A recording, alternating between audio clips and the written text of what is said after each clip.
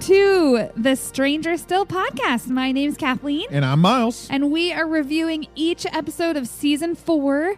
This is a rewatch, so just keep in mind this episode may contain some spoilers for all of Stranger Things Season 1 through 4. That will mostly be sticking with the episode, though Miles does like to... I love to point out, watch all of Season 4, then come back to us. All right. Be sure to follow us on Twitter at StrangerStill22. Subscribe, rate, review us on Apple, Spotify, Anchor, wherever you get your podcasts. We're here to answer all the big questions like, why is this wizard obsessed with clocks? Maybe he's a clockmaker. Chapter 5 of Season 4, The Nina Project. Yeah, this is not Steve's episode. All right, well, we got 4 plot lines to ping through here, and we're just going to go 1, 2, 3, 4, starting where we start the episode in California or Nevada or on the road. Starting with Argyle freaking out. Shit. You know, an accurate level of panic. Yes, exactly. It's proper. I mean, I can't say that I wouldn't be feeling the exact same way as Argyle in this situation. Yeah, exactly. Think about somebody dying in your back of your Nissan Altima. You know, it's 2 hours ago or so, he was just delivering pizzas. Exactly. Yep. And you have this nice agent that just saved their lives, and he's about to die. Unknown superhero agent man, as they dub him. He doesn't actually have like a name. Agent Harmon is his actual name, but I will refer to him henceforth as unknown hero agent man, as they do. Boy, that's a mouthful. Jonathan, you got to get us to St. Mary's. I don't think praying's going to help him, dude. Like, no. I love that Argyle can still be comic relief, even in this panic moment, you know? I know, but so unknown agent, secret agent man, superhero man. See, it's just a mouthful. Okay. Tells them no, though. Do not take me to the hospital. Yep. You need to warn Owens. The girl, she's in danger. Nina, here's the number. And they're like, Nina, we gotta get him to Nina. He's probably just like, oh God, these kids. I'm having to put all of my faith into these kids. Yeah. Will's like, write the number. Yeah. That obviously, he did save their lives. We talked about it last episode. He takes a couple bullets for them. Yeah. He dies. Was it quiet back there, dude? And then they're like, get off the road! Get off the road! They're like panicking. But that car behind them, that was just a random car, right? That wasn't actually someone chasing them? Yeah, I think you're right. But that's what I was thinking. We see that car. And my first thought is like, that car obviously sees them pulling off the road, so aren't they going to follow him?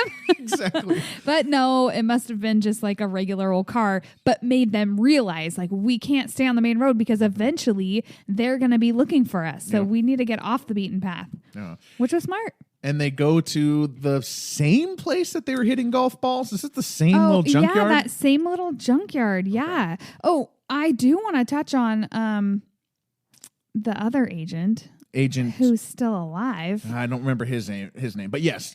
Yeah, things are not going to end well for him. Yeah, he's going to be tortured and give up the information and then forgotten about. And that's like, I mean, we see that happen in the next episode, but that is like very obvious from this scene. We already know he's not going to have a happy ending. Yeah, Sullivan is there's something wrong with that, with Colonel Sullivan. Yeah. We'll talk about him a lot more. So they do arrive at that junkyard. They bury superhero agent man.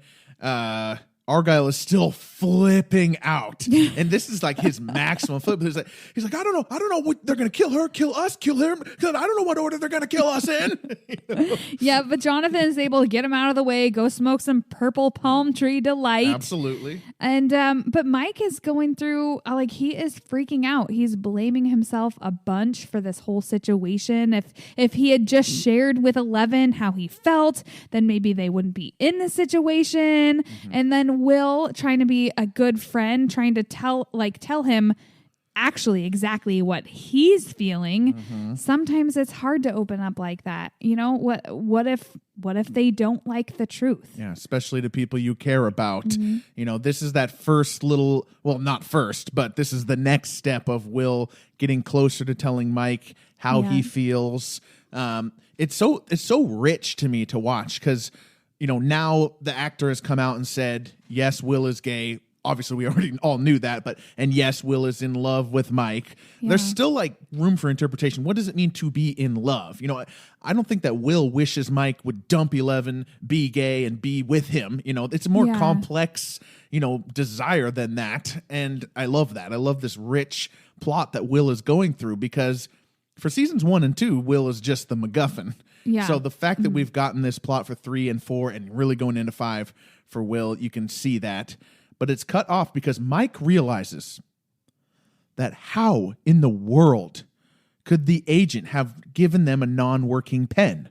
No idiot in the entire world would ever offer up a non-working pen. That's impossible. Why? Why would he do that? There must be something in that pen, because no idiot would ever forget that a pen doesn't work. So I'm sensing you're not 100% satisfied with how Mike came to this conclusion. No, I'm just like, he was dying and in a panic with blood all over and gunshot. It was like, wait, why would he offer us a pen that doesn't work?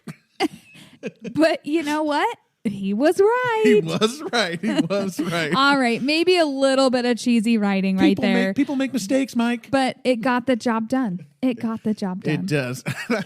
Argyle is like, this is post Palm Tree Delight, right? Oh, yeah. So he's like, dude, something fell out of your pen, man. That's when he says, I'm going to write all the names on here, man. Just put our names on it, Jonathan. So you're going to put our names on the headstone. Yeah, pretty common names, man. Argyle? That is, oh my gosh, Argyle is such a rock star. I can't wait to see more of him in season 5. Mm-hmm. He's just so funny. Him and Murray, again, comedic relief in this season, this dark season. Yeah, exactly. Comedic relief that is along for the ride. I just love Argyle. You're with us. You're on us. Gosh, he's such a cool character. So they only have one more thing to do in this episode, which is go try and call that number. Mm-hmm. Yep. And they find a payphone. They call the number, but it's a sound that we are very familiar with, but is not quite that popular back then. The dial-up internet. Yeah. So it is kind of cool. I mean, I guess they would know what that sound is because they're nerds, right? But back then in the 80s, not everybody would know what that meant, correct? I don't know that it's necessarily dial-up internet as it is. You're right. They might internet, but it's computer connection. Yeah, they might know it through fax machines. You know, the similar type of thing. Will knows it through the movie War Games is what he picks up on. Oh yeah, that's right. Mm-hmm. Yeah. So and the payphone that they go to, by the way, in the absolute middle of nowhere, and it just reminded me how different this story would be if it was today, like if they had cell phones. You know, like Max and 11 could have been texting this whole time. Joyce and them, they'd have no problem getting a hold of Mike, Will, or Jonathan. Well, that's part of the magic, too. And that's part of why this story works so well, because of the absence of cell phones, really. Mm-hmm.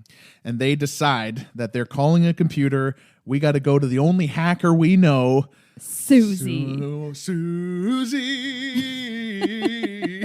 I love Will's like, oh God, and he sings it. I love Argyle's reaction. He's like, oh, the never-ending story. What is he? That scared the shit out of me. Yeah, and which is so funny because I loved the never-ending story growing up as such a wonderful fantasy story.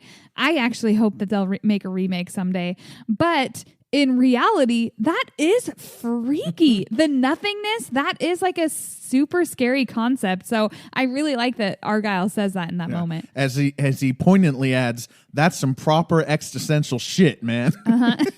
All right. Of course he would say that. Argyle. Let's pivot over to Alaska/Russia. Going into the cold, delving right in.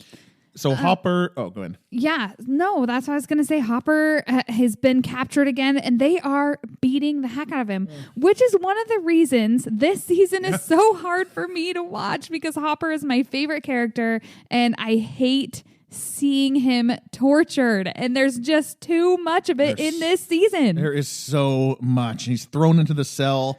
And at least he's got company, because Antonov, Dmitri, Enzo, whatever we're calling him. Welcome company. Yeah, is his cellmate. They have a little fight. You said we could trust him. Yeah.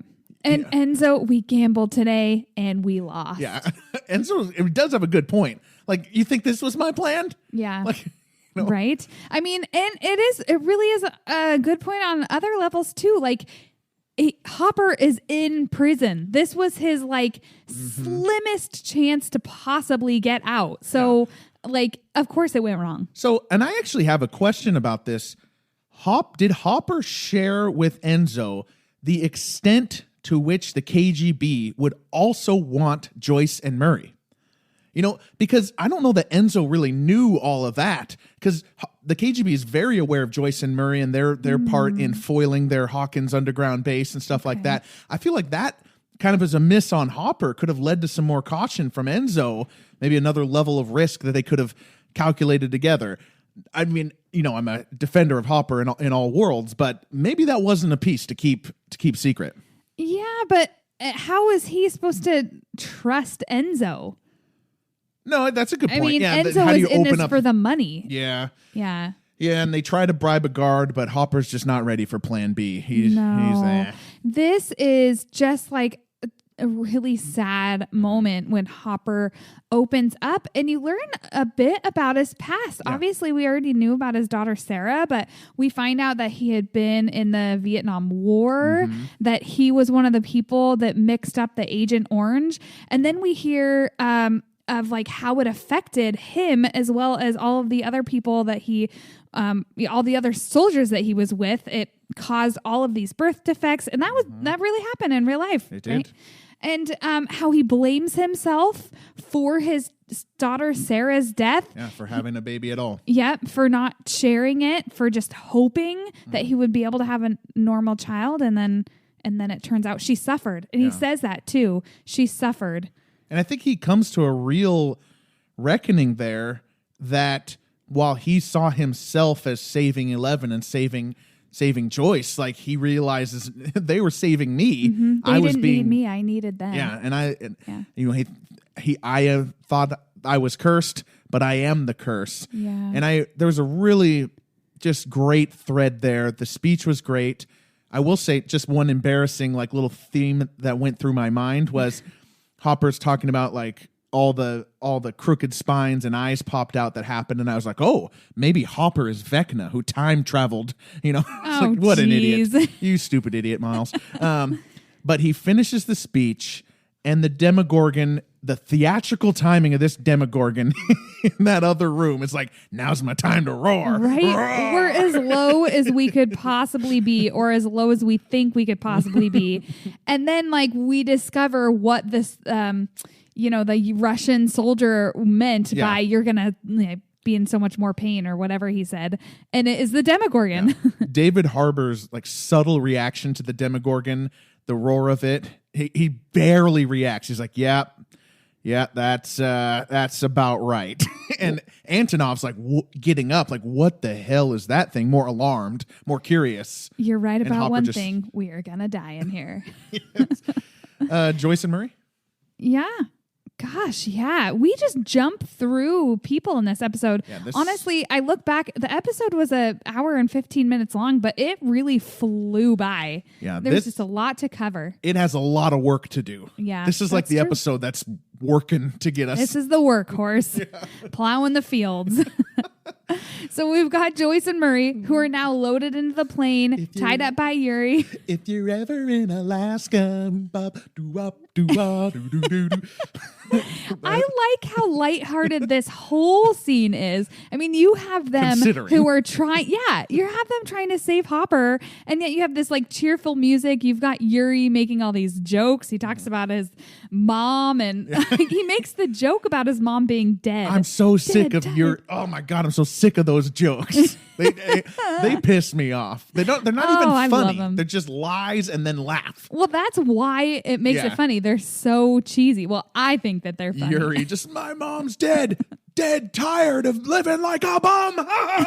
Jesus. It's just so cheesy. And of course, the music going with that. And I was kind of hoping, I have to admit, maybe season 5, I was hoping for a little JoJo, not JoJo.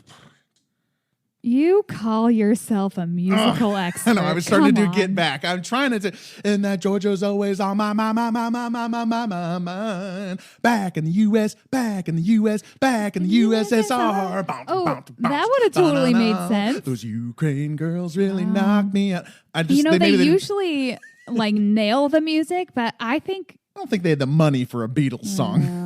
I think even with the $30 million budget, you might not have the money for a Beatles tune. I suppose you make a very valid point there. So Joyce comes up with a plan as she realizes Yuri cannot hear them. Because Joyce is slowly getting back to her original form where she like always saves the day. She always knows what to do. And she's going to kick that whole box of peanut butter and she's going to use that broken glass to cut themselves out of there. A plan that would not work today because Jiffy now comes in plastic. Yeah, like most things. Everything comes in plastic. It's a plastic world we live in. And then one of this was your comedic moment of the episode of the season, right? Absolutely. Yep. Was it our awards? This is your award. This was so funny. My favorite funny scene in this whole season is the karate scene. Murray is so on form with this. You've got Joyce, who is like super confident from the get-go because Murray's always said he's a black belt. Isn't black the highest color? And then he starts recounting his training about like how he's only sparred with like basically 13 to 18 year olds and she's like getting way less confident, but that's building him up too because he's like what is the kid's name? Jeremiah. Yuri's not nearly as trained as Jeremiah. Yeah, Jeremiah is 16, well almost 16, and he's a ferocious fighter and I beat him that one time. It's like getting less and less. You're right. I can defeat Yuri. And Joyce is like, oh God, what is this plan that I've come up with? That's so funny. There's a moment when when Murray says, I fought against the other students, and Joyce goes, how old? And she already knows the answer. That's a Winona like perfect line reading. Oh gosh. How old? Yeah. And you're right. They switched confidence levels. Yes. But then Murray like really proves himself because he starts fighting and he is crushing it. Although the audience, starts to have less confidence the way he starts off. My fingers are like arrows. My arms like iron. My feet like spears. Resist and I will end you, but turn this plane around and I will spare your life. So cheesy. We're like, this is the end. There's no way he's gonna beat Yuri, but then he crushes them. It goes through for a little bit because he does it again. Then later, because there's some struggling around again. The gun's going all over the place. But the one where Murray like gets up and he's facing away from Yuri and Joyce, and he's just facing the camera, and you see the irrationally confident look build up over his face, and he turns around and gives a speech again. Oh, man. And he's got him. This is the end of Yuri. And then he wins. He knocks him out, and Joyce is pissed. For good reason, though, because now they don't have a pilot to the plane. I said, don't knock him out. It's so funny. And I felt so bad in that moment because Murray's so proud of himself. He's like actually been able to use his skills in the real world successfully. Yeah. And Murray, for the first 2 or 3 seasons, has been the guy always mad at everyone else. So and when he knows he's done wrong, that's a new position for him. He goes, what? Oh, yeah. So the plane is going to crash, and he's flipping all those buttons so confidently that Joyce is like, I thought you didn't know how to play. I don't know how to fly. And they go into a straight descent with the motor off. Yeah, and they because pull of all the buttons. Yeah, again, this episode has to do some work. I don't know exactly how they survive this, but whatever. Well, it's purely the make of the airplane itself by pulling that lever up at it, like, I don't know. We know flying stuff very well. They were in a full dive. I don't really understand it, but they still crashed horribly. Yeah. But they somehow saved themselves. Yeah, and the seatbelt saved Joyce, even though she said, like, this is really going to help in the original. Oh, that's right. A nod to that previous episode. Like, this is really going to help me if we crash. Oh, gosh, I didn't even put the 2 and 2 together. All right. How about enough of the cold? Okay. let's go back to the not Hopper, my Hawkins. goodness, Hawkins gang. So we come to Eddie. He's searching Rick's house for food where he's been hiding out. He calls the others to refuel. And we get a look into what they're doing to help keep Max safe. Well, they're watching her on a Schedule, rotation, except for Dustin has fallen asleep. They've lost Max. We have this panic moment. Of course. And she's at the table with Holly. And Yeah. and just hanging out with Ted and Karen as well. Yeah, and more funny moments from Ted. He's what is it? Sure, take us for all we're worth. Yeah. Okay. Yeah. Hang out wherever you want. This is like, Mike's not even there. But Karen is like, I think it's good you are all sticking together. And they do have this little conversation at the table with Holly where they theorize Max was in Vecna's mind. That's what they're thinking of. And Max is drawing it with the crayons, and Dustin is very critical of her drawing. And Dustin tells Holly why Freddy Krueger is scary. Like all Nancy's of that stuff. pissed. This is maybe a scene that I have a little bone to pick. Okay. Because like the way Nancy is able to piece this together and realize it's Vecna's house, not super believable, but I'll let it pass. Again, this episode has some work to do. Mike realizing the pen, Joyce and Murray being able to land that plane somehow. Max being able to draw it so accurately. Like, try to draw the room you are not in right now. Try to draw your own bedroom. It's very difficult, much less a room you were in once under heavy duress. I mean, it's not easy. Although at the same time, being under like extreme pressure, sometimes like certain images are just frozen into your mind, imprinted into your mind. Yeah, I'm willing to go with that. Yeah. And Nancy says, by the way, there was a funny moment. Dustin is saying, we need Will. Max, your drawings suck. Max is like, yeah, no shit, or whatever. And Nancy says, oh, I recognize this. And Max says, see, my drawings aren't that bad. And Nancy just says, no, it's just that I've seen it before. It helps that I've seen it before. It's like Nancy just, he could have given Max a little bone, a little bone no, there. They're not actually good. Yeah, I've just seen this before. Yeah, a little jab, as if Max needs any jabs. I mean, she's almost died. I know, and she's blasting, running up that hill on her tape cassette. So they decide they need to go to Victor Creel's house. Yeah, and this is where like Steve is just his stupidity is shining through. Oh, I don't want to say that. I don't want to use such a strongly negative word towards Steve. Steve is just he's a trusting guy of these people, but he's not really on their level of like investigative skill. I know. He's like, when they get there and he looks at Dustin pulling the flashlight out, where'd you get those? And Dustin, do you need to be told everything? You're not a child. Like, it's so funny. And then you have another part where Dustin and Steve where he makes the comment about Sherlock Holmes, and Steve is like, what? Yeah, I thought, Dustin, you could have just given Steve a flashlight. Yeah, but you know what? There's been this friction between them. Mm-hmm. Well, and that's where it's coming the Eddie from. Friction, right? Yeah. It's the Eddie friction, so Steve is jealous, and obviously Dustin is responding to that. Yeah. Yeah. And Dustin's just overall ego is kind of a theme of this season. I'm interested to see how it comes in season 5. They talk about it a lot in chapter 7. There's the moment where Dustin is saying, Steve says, what are we looking for? And Dustin's like, oh, the world is full of obvious things which nobody by chance ever observes. Sherlock Holmes. And Steve tries to repeat that later. To Nancy. The obvious things are not what people observe don't deserve. What? It's so funny. Sherlock Holmes.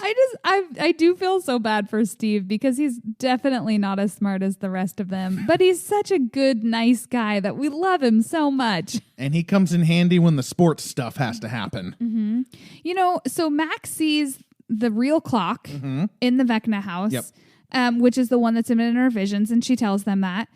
We don't really talk much more about that specific clock. Do you think that there's going to be more connection in season 5 with this, or no? Do you think we've reached the maximum clock exposure? I think we've reached it. That was just the plot device that got us to the crack in Hawkins at the very end. All right. It just signified coming to this point. Yeah. Okay. Fair, I suppose. Not fair. Lucas and Max have a moment. Yeah. I really like this moment. It's you do the first off, he says that he loves Kate Bush, and it's because Kate Bush saved Max's life. But then you have the Goonies nod. When he walks over to the piano and he's like, oh, if we just hit these in the right order, it'll whatever. Open up the secret lair. Yeah, that's absolutely Goonies right there. Oh, okay. I didn't catch that. Yeah, when they're going through all the booby traps and she has to play the song, but she doesn't know how to play the piano very well. Okay. Have you seen the Goonies? I don't know. I don't think I have. It's so good. I think maybe. Everybody comment on this podcast and shame Miles for not having seen the Goonies. Just the word shame will do fine. Shame. Yeah. Shame. We'll be watching those comments, so I better see some. I will watch it. I know the Duffer Brothers were heavily influenced by Goonies and consistently bring it up as one of the origins of this show in general. Mm-hmm. Yeah. It's a great, really sweet scene of Lucas and Max coming back together. I missed it. I missed that. Missed what? Yeah, when she Your laughs. laugh. Yeah, that was so sweet. And Max brings up the good question, what if I get tired of the song? Yeah. You need to go That's the a whole good question. Get the album. Didn't she have the whole album? No, she has running up that hill for 45 minutes on repeat. That's what's on that tape. It's seriously? Yeah, that's what she has on that tape. I just assumed it was the whole album that also had that same song. song. Same song. That's as much as they could make it. They used their AV club skills to just get that song over and over on there. Oh, Yeah. I did not realize that. Okay. Yeah. Well, that makes more sense because as I'm thinking about this, I'm like, well, it's not playing. It can't be playing her song the whole time. So how is Vecna not taking her back over? Yeah, Max, can I introduce you to "Born in the USA" by Bruce Springsteen? Or Oh boy, I think "Purple Rain" is out just a couple years before that by Prince. Purple Rain, Purple Rain. All right, let's go over to the basketball team. Searching for Eddie. First, they have a funeral to attend. Chrissy's funeral. Were you a bit disturbed by the mother's speech? Yes, because this was going to be the question I had. The mom's like insults and passive aggressive comments towards Chrissy about her being too fat. Those are real, right? Yeah. So that is Chrissy's like origin. Yeah, and the mom is just the devil is here, and how can the beast who's out there, be still out there while my Angel is still here. Me thinks that she was a bit overbearing and a bit crazy. And that's where all of Chrissy's like guilt and insecurities come from. So really, it's her mom's fault that Chrissy died. Her mom did this. And of course, she's not Vecna'd. Did this. She's not Vecna'd. No, those people are just fine. She's Vecna. She's impenetrable to Vecna because she's never done anything wrong in her whole life, right? That's that. Gosh.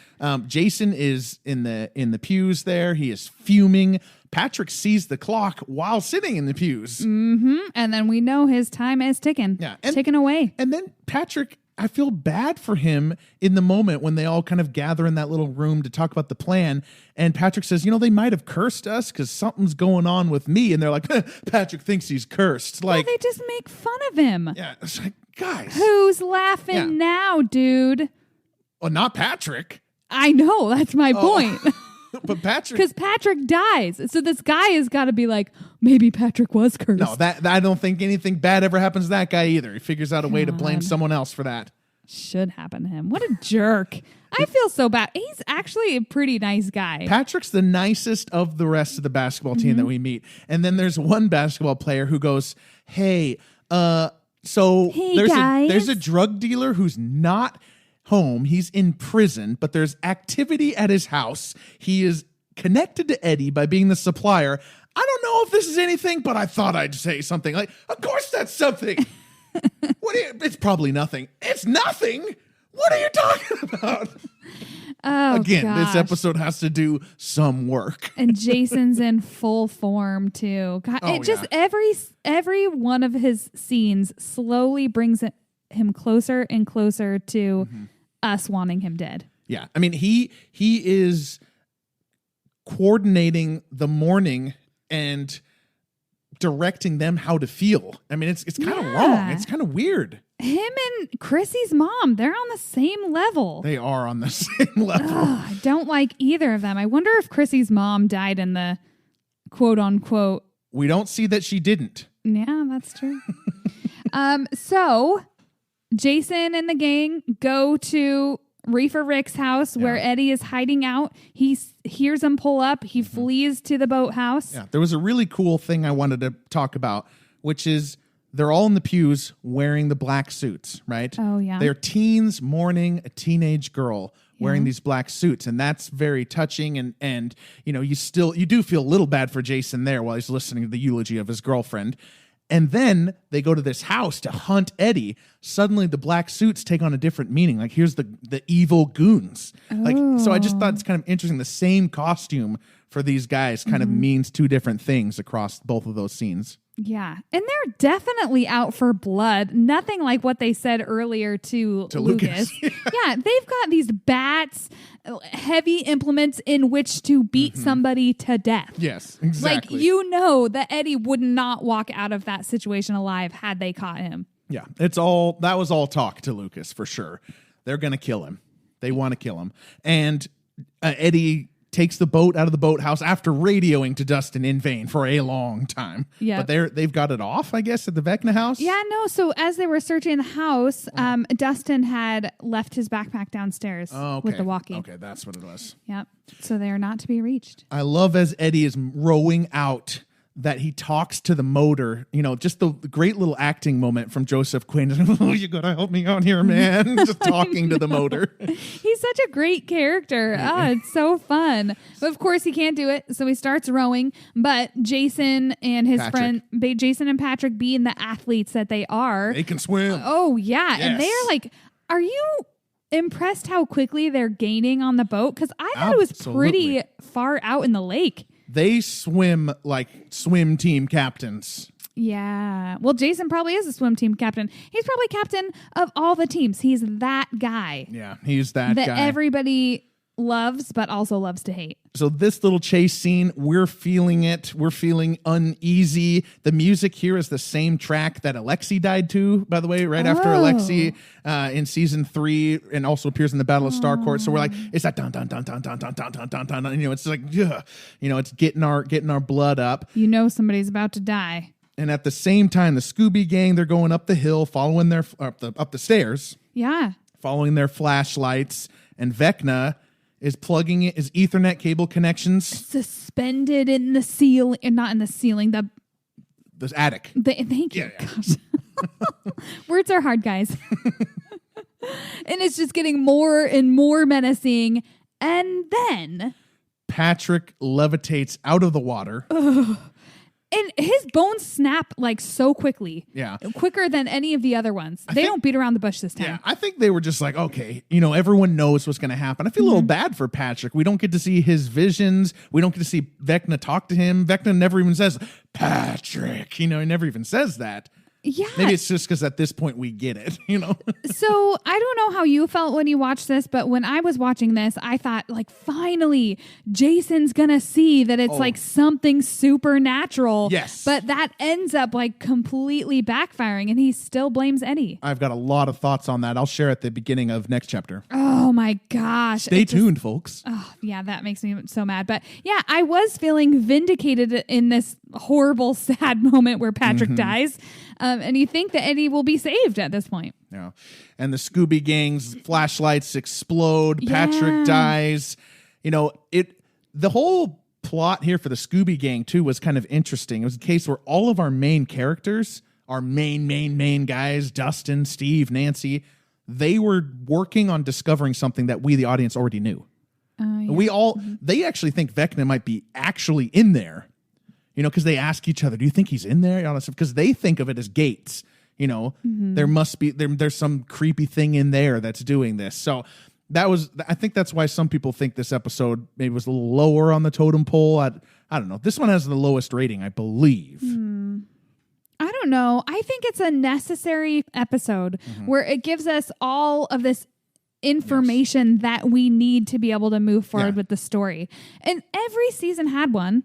Every season had an episode that probably didn't rate very well, but was absolutely necessary for the story to move forward. Yep. And I think that in this season, this is the episode that had that. We still had some great scenes, like going back to the Murray scene in the airplane. And we got some great stuff with 11 coming up too. Yeah. Oh, wonderful stuff. This episode takes on some thankless work. You're right, basically. And, I mean, when you're comparing it to all of the other amazing episodes from Stranger Things, they're not all going to be on the same level, but it doesn't mean they're bad. It's coming right after Dear Billy, which got to or maybe not resolve 4 plot lines, but got to have like an act break at 4 plot lines. This is the beginning of Act 2, basically. And really, you can't have anything big after that episode. True.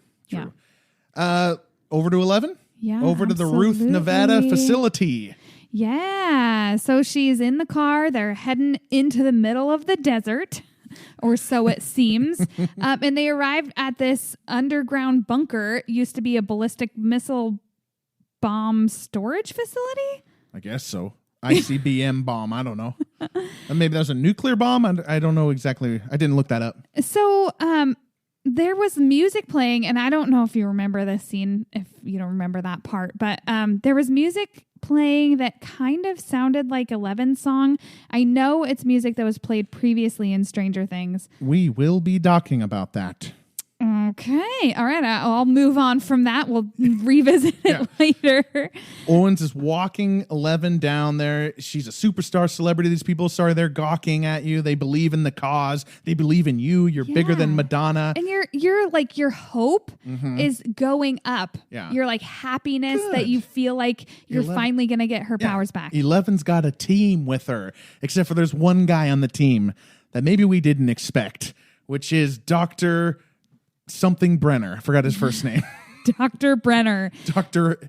Hiroshio Brenner. And she panics. She runs. The thing that he says right here, all I ever wanted to do is help you, daughter and Papa. Why does he have to go full Papa mode? Why is he going to do that? No, because he's a weird, delusioned scientist that has delusioned himself into thinking that what he's doing for 11 is good.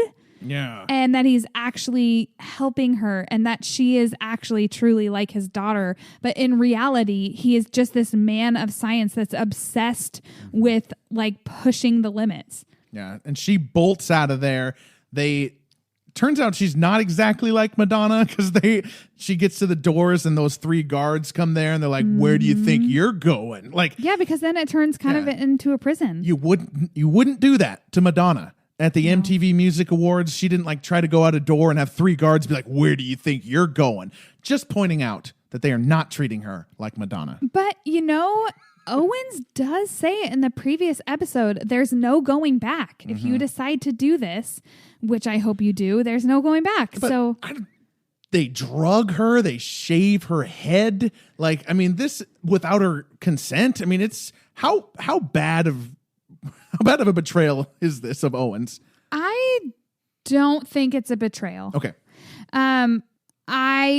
We know that Owens doesn't really approve of it, but we also know that Dr. Brenner is the only one that's been able to truly unleash her powers. Yeah. And what matters most is getting her powers back so she can take down Vecna. Yeah. So, but he tries to do it in as gentle of a way as possible. I mean, we see that through all of 11 scenes when he's like constantly telling Brenner that he thinks Brenner's going too far. Yeah, he has to get her there and he has to withhold that information to do it. He doesn't like it, but I don't know. We'll talk about Owens a little bit more. So she wakes up and she is what we think in the lab again, right? She wakes up inside of Nina, but we don't know that yet. We just think, oh God, she's back in Hawkins. So, I mean, I didn't necessarily think that she was in Hawkins. Well, I thought that they had fabricated the lab again. Yeah. I didn't realize it was a memory right away. Yeah. Me neither. I was like, what is going on? And it's like surreal and creepy. We're getting this welcome, sleepyhead. Who's woke up now?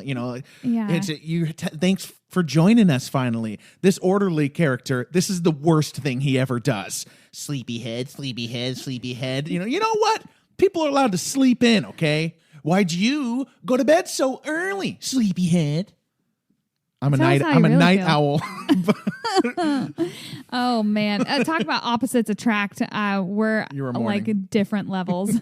I'm like a 6 a.m.er. You're like a 10 a.m.er. But anyway, so she's going into this, what we later find out as a memory, and it keeps repeating. Owens and Brenner are, of course, watching from the outside, and Owens is worried that Brenner's going too far, but Brenner's confident that she'll swim, quote unquote. Yeah. And she does, but she does finally come to that with a little help from Brenner. What did you think of the like opera part? Yeah. Well, first of all, great timing by Brenner on when to start his speech that he clearly had planned out. In 1768, he had it like perfectly. An opera was written of Nina, I like that. That's the moment that 11 can at least relax a little bit. It's not real. It's a memory. And then he says, it once was real. And we get, well, look who decided to join us, sleepyhead. But Brenner gives the story of the traumatized widow who waits at the train station. I thought this was all pretty good. I think the fact that we've positioned ourselves into a real world flashback machine that explains why we are going to flash back, for lack of a better word. Like, I love that really the characters have just situated themselves to a place where they are literally going to create a flashback so that we, the audience, can understand what happened. Yeah, and it's really interesting because you have to think, like, in a real world situation, this type of therapy probably would work.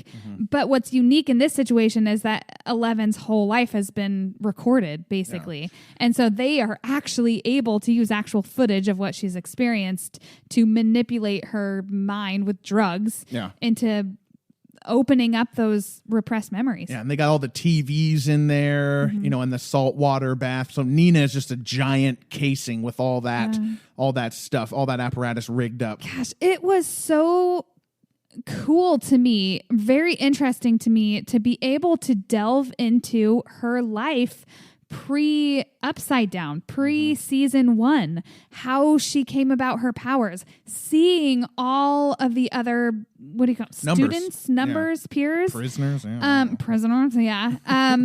then seeing her learn how to use her powers, also seeing that she was not the best. Yeah. She was certainly not popular. The other kids didn't like her. You had like the older kid who was really good with his powers that thought, like, why waste your time with her? Yeah. And we're seeing her.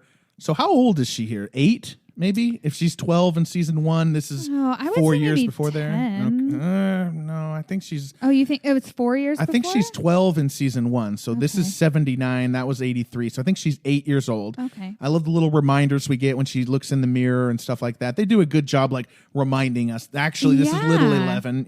I was pretty impressed with the CGI too. I thought it was pretty well done and very well used, like not very overused. Well used. Yeah, let's not do a real flashback because we need Millie Bobby Brown to do the acting. Yeah, exactly. So I did like that. So we see like one little scene where 2 is like doing the lights and with his mind. Yeah, and he's crushing it. He's crushing it, and then 11 gets her turn. But one of the creepiest things this season that creeped me out is Brenner saying, "Which brave soul would like to follow that?" And he holds up a single piece of saltwater taffy as incentive, and the rhythmic like me. Me, that the little kids do. Super creepy. Numbers 12 through 19 or whatever, like me, for one piece of saltwater taffy. Like, it's creepy to me. And that was a product. I mean, it is creepy. This whole operation is super creepy. And she flashes to the massacre because she can't get it going. And so before we hit on that, though, I was a little surprised to see how many other numbers had very good, like, strong powers. Were you surprised at all by that? No. I wasn't expecting so many people to have had powers. I thought 11 was like special in that she had most of the powers overall. I thought prototypes. That's what I thought. I wasn't surprised to see that. Like robots slowly getting better with each model. So I think 11 is way more powerful than all of them, and I think Brenner knows that, and they know something is special with 11 because two even says like, why does he spend so much time on her? Yeah. How do you think Brenner knows at this point? Yeah, I don't know that. That is really interesting. Do you think we'll find out later, or do you think that's just one of those things that is just, it is what it is, and we never really truly get an answer to it? I think we will find something else out about 11's past. I'd be interested to hear. Mm-hmm. So yeah, she flashes to the massacre. She sees the blood. She sees all the dead kids in the opening scene of season 4. Yeah, and goes into cardiac arrest. Yeah, and Owens is the one that stops them. Like Brenner is ready to keep moving forward, and Owens is like, we have to pull her out. We have to pull her out. And thank goodness he does, because 11 has to be shocked back to life. Yep. Like, what the heck? Brenner was literally going to let her die in his pursuit to like push her forward. Yeah, pushing the boundaries. Right on brand. They resuscitate her, although he does get a smack with a paddle from 11 as she tries to make an escape. Well-deserved smack. Right to the face, and she makes her runs for it. Those same guards grab her from her shoulders, and she uses her powers. How epic was this moment for you? Yeah. It was awesome. We saw it in the trailer. This is the one that has all the sparks, and they just go flying. Are all 3 of those people dead? Because they're laying motionless back there for the rest of the scene. I'm pretty sure she killed them. Yeah, so 3 of them, but they deserved it. Oh, giving us a workout, huh? Yeah, you're dead. You're dead now. You're dead now. You're dead to me. Add it to 11's body count. Oh my gosh. I just thought that was so cool. So amazing. The amount of relief you feel as the audience, and like you've been waiting for this moment since the end of season 3. When will she get her powers back? You know it's coming, but it finally arrives in episode 5, chapter 5 of season 4. We finally get it. God, we've been like complaining, not complaining, but we've been giving little jabs at this episode, but this is so cool. This twist, this episode had a lot of work to do, and job well done. Yeah. Building a literal flashback machine. Yep. It's laid out in such a cool way. I just couldn't be happier with where we are, though I just cringe at her saying Papa at the end there. Oh my gosh. Because you're just like, no. Like regressing into young 11. Yeah. I was creeped out when he walks in and he says, remarkable. Yeah, God. It's like back to that scientific, all he cares about are the results. Yeah, that's not the first dead guy Brenner has walked over while saying remarkable. No.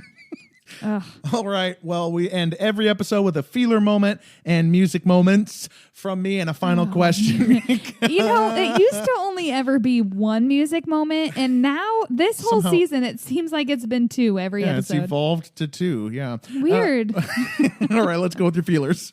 All right. So for me, it's got to be that final scene when 11 uses her powers. First off, you have the whole audience relief. But then you watch 11's like transformation of emotions.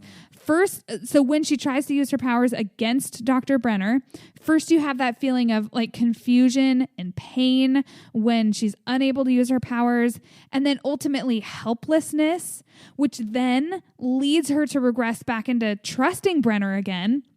And it's just this subtle shift of feelings on 11's face.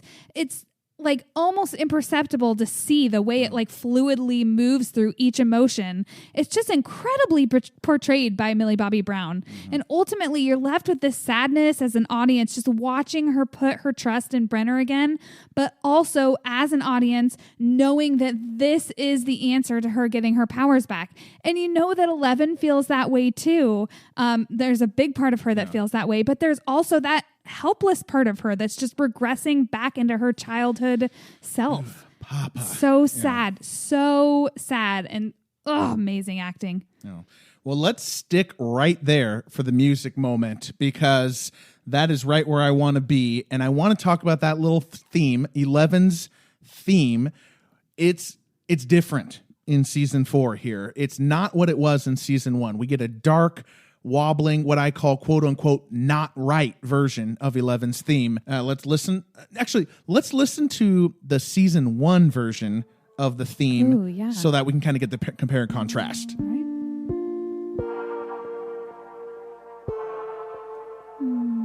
I love that melody. Mm-hmm.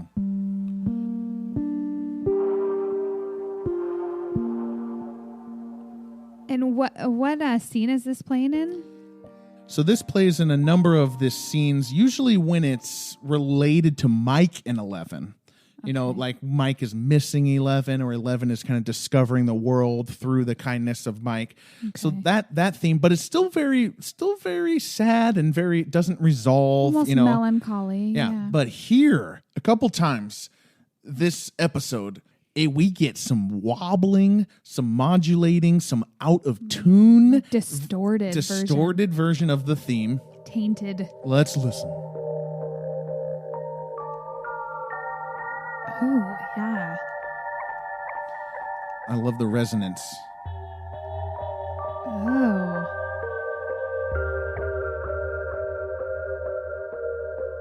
It no longer has that like sweet melancholy. It's truly distorted. Yeah. So there's a lot of effects on and stuff, but some of the notes are just flat out of tune, flat or sharp. So which I just found interesting and wonderful, and something that you don't necessarily pick up perfectly in the moment, but you have that sense of unease. Yeah. So that plays a couple times this episode. The track is called on the Stranger Things 4 score is called A Memory Within a Memory.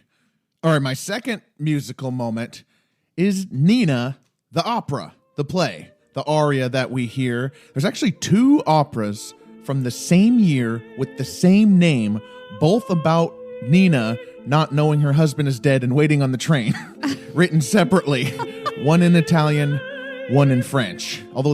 And weirdly, the French one is specifically called out by Brenner, and it's the Italian one that plays. So It's weird, but I'm not an opera guy. It's no surprise that I had never heard of this. Diving in more, surprisingly, this is a deep cut. Like, this is not a popular opera or a popular play, largely because it comes from that time period, the 1780s, the Southern European region, which is Mozart time. That's, Wolfgang Amadeus Mozart, his time, his prime. And anything from that era is either not Mozart, it's either inspired by him and not as good, or he was inspired by it and made it better. So it's just, It's not, this play hasn't lingered on. Basically, this is as if a show in the 2100s was like British rock and roll music was great. Here's a song by the Herman's Hermits, instead of the Beatles. Like, that's what this is. No one cares about the Nina play because it's during Mozart's time. Wow. So this is a deep cut. This is a deep, inspired pull by the Duffer Brothers, and I love this plot line as we've talked about. So yeah. That's interesting. All right, final question here. You touched on it a little bit, but I think we can go in a little bit more.